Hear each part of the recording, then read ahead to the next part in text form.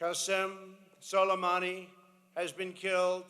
گرژیەکانی نێوان ویلایەتە یەکگرتووەکانی ئەمریکا و کۆماری ئیسلامی ئێران لە دوای کوشتنی فەرماندەیەکی باڵای ئێران لەلایەن ئەمریکاوە ڕووی لە زیادبوونە و کۆماری عێراقی ناچار کردووە ببێت بە بەشێک لە ململانیەکان. دوای هێرشی لایەنگرانی میلیشیا شیعە عێراقیەکانی سەر بە ئێران بۆ سەر باڵیۆزخانی ئەمریکا لە بەغداد، ڕۆژی هەینی هێزەکانی ئەمریکا هەریەک لە قاسم سولەیمانی فەرماندەی سوپای قودسی ئێران و ئەبوو مەهدی موهەندیس جێگری سەرۆکی دەستەی حەشدی شەعبیان لە نزیک فڕۆکەخانی بەغداد گرتە ئامانج. دوێنێ شەو لەسەر فەرمانی من سوپای ئەمریکا گورزێکی وەشاند کە تێیدا سەرکردێکی تیرۆریست کە بەرپرسیارە لە برینداربوون و کوشتنی هەزاران کەس. قاسم سولەیمانی بە ئەندازیاری هەژمونی کۆماری ئیسلامی ئێران لە ڕۆژهەڵاتی ناوەڕاستدا دەنرێت و خاوەن پێگە و ڕێزێکی زۆر بوو لەلایەن سەرکردە باڵەکانی ئێرانەوە. هەردووای چالاکیە سەربازیەکەی ئەمریکا بەرپرسە سەربازی و سیاسیەکانی ئێران هەڕەشەی تۆڵەی توندیان لە ئەمریکا کرد. انتقام ایشون رو قولش رو خداوند تبارک و تعالی داده.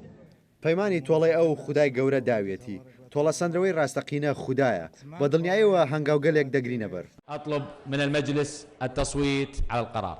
بەڵام ئەم ململانێ و بارگژی ئەمریکا و ئێران کاری کردووەتە سەر عێراق و بەتایبەت دوای ئەوەی پەرلەمان بەبێ کورد و سونیەکان کۆ بووە و پێشنیازیان کرد حکوومەت داوای دەرکردنی سوپای ئەمریکا بکات لە عێراقدا و لە بەرامبەردا داناڵد ترەمپ هەڕەشەی سەپاندنی گەماری و ئابووری بۆ سەر عێراق کرد. شارەزایان پێیان وایە ئێران ناچێتە ناو شەڕێکی ڕاستەوخۆ بە حکمی ئەوەی جەنگێکی ناهاوسەنگ دەبێت بۆی و ئەگەری زیاترە لە ڕێی بەکارهێنانی میلیشیا شیعەکانی ناوچەکەوە هێرش بکاتە سەر ئەمریکا. گەر ئێرانیەکان تۆڕ و پرۆکسی و خەڵکییان زۆر هەوێت لەسەر خاک ئاسمان بەهێزترە و کراوەترە و ئاسانترە بۆ ماوەڵەکردن و ئاسمانیش لە ژێردەستی ئەمریکەکان هات.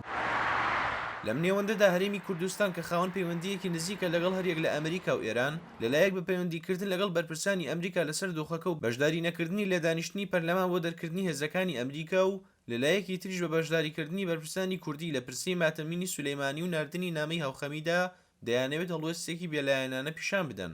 وا چاوەڕوانەکرێ ئەگەر گەشتە ئەوەی ئەمریکەکان یان ئێرانیەکان فشار بکەن لە سەرکردایەتی هەرێم بۆی خۆیان یەکلا بکەنەوە ڕەنگە ئیتر سەرکردایەتی هەرێمیش نەتوانێت بێلایەن بێ لەو ململانیەوە بە ناچاری فڕێ بدرێنە یەکێک لە بەرەکانی ململانیەکەوە.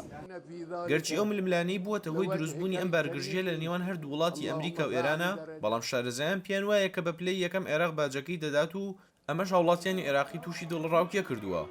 ڕێباز مەجید، دەنگی ئەمریکا، سلێمانی.